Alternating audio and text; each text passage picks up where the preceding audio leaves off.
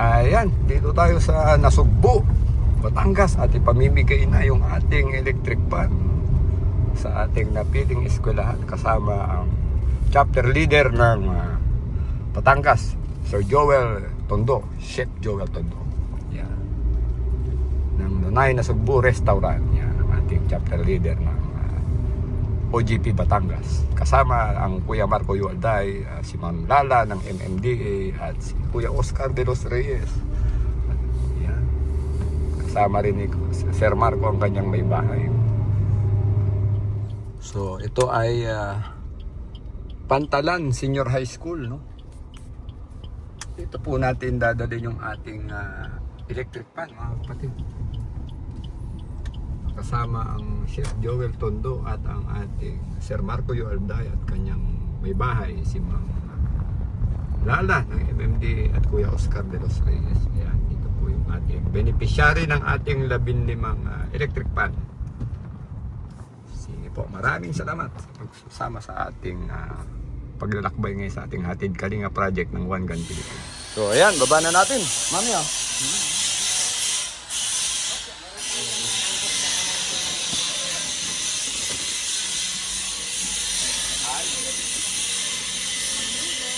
Morning, Ma'am.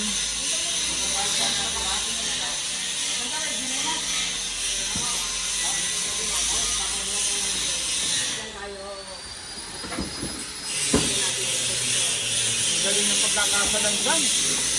Mga bututero ng Kuya Marco, galing ah. Galing na pala yung mga tao Galing po nakagaling. Bakit?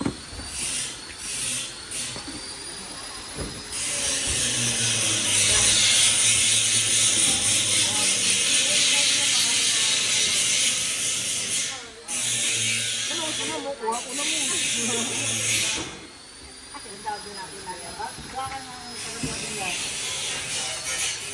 Yun.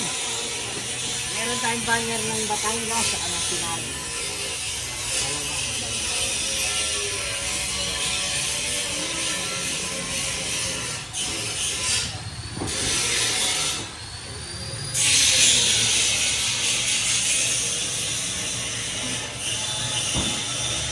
Ay ma'am, ang may bahay ni Ma'am Sir Marco Yualday. Yan.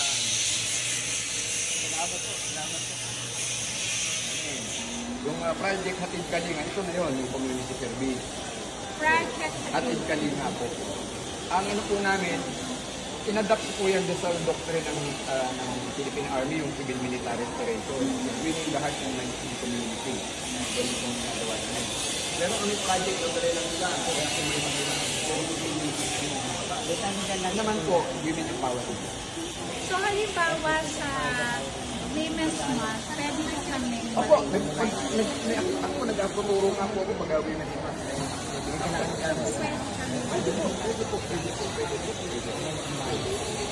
Tapos yung pang-apat namin, yung sinatawag namin project game, ma'am, yun na po yung psychological at spiritual education. Yung isa naglalend kami, nag-share kami ng kwento ng buhay. Tapos align po ma'am doon sa aking project Genesis ng One Gun Pilipinas, yung fixing a home by fixing the man. Fixing a home by fixing the man. Ang partner ko doon yung One Gun Pilipinas o SPC Brother at Daily. Ano naman po? Ang noon, sir ma'am, nakakalain ko sa project Genesis. Family man, ano naman ang mga lalaki, hindi ba tayo responsible? Kasi ang sabi namin, ang responsible gun owner as well, ganun din. should also be responsible for their family. Ito po yung ating case naman doon. Pag may mga... Pwede ba po? Kasi po kami ay, actually kaya po kayo ay ini-intern dahil po sa aming may journalism team. So kami po ay inilalagay po siya sa aming gallery ng school. Kaya kung hindi namin, sir, Ito po yung aming... Ito po yung aming page naman.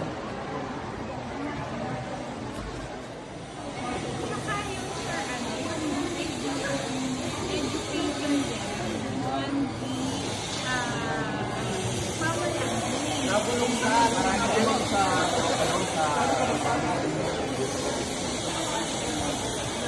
Bakit po yung gamit ko na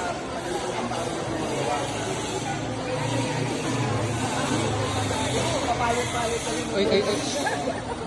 Ay, si ano? Lalagyan ng panag. Ay! Hindi siya pala. Parang sabi ko, ba nakita niyo to? Kung nakita ng bata to, hanggang Pilipinas, so, hindi ng bata, nasa plato, magkagalaw ko.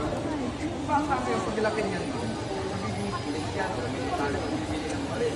Kasi ano isang bago sa buhay niya, meron siya nakita ng dati yung bata ko, hanggang